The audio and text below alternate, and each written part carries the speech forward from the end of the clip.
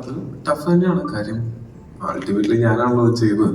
അപ്പൊ എന്നെ അതിൽ കാണാനുള്ള, ഞാൻ അതിൽ പരമാവധി ഞാനതിൽ ഇല്ലെങ്കിൽ പോലും ഓൾറെഡി ഞാനാണത് ചെയ്യുന്നതെന്ന് എന്നെ നിങ്ങൾക്കൊക്കെ അറിയുകയും ചെയ്യാമല്ലോ. അപ്പൊ ഇത് ടൊവിനോ ആണ് അത് എന്നുള്ള ഓൾറെഡി നിങ്ങൾക്ക് അറിയാം.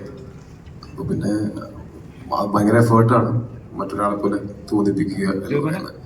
അതിന് വേണ്ടിയിട്ടുള്ള എഫേർട്ട് സ്വാഭാവികമായിട്ടും ആ ശ്രമം എല്ലാ സിനിമകളിലും ഉണ്ട്. ഈ സിനിമയിലും ഉണ്ടായിട്ടുണ്ട്.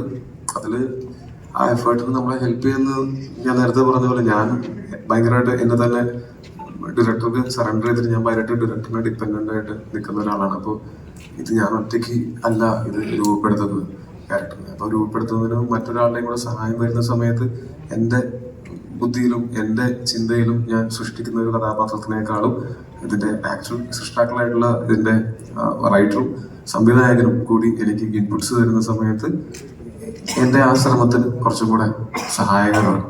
അത് ആണ് ഞാൻ പരമാവധി ശ്രദ്ധിക്കുന്ന ഒരു കാര്യം. പിന്നെ അത് മാത്രമല്ല, അതല്ലാതെയും ഈ വരാനിരിക്കുന്ന സിനിമകളിൽ ഞാൻ ചെറുതും വലുതുമായിട്ടുള്ള വേഷങ്ങൾ ചെയ്തിട്ടുണ്ട്. അതിലെല്ലാം ഞാനത് ഈ അങ്ങനത്തെ ഒരു ബാരിയർ ബ്രേക്ക് ചെയ്യാനായിട്ട് ശ്രമിച്ചിട്ടുണ്ട്.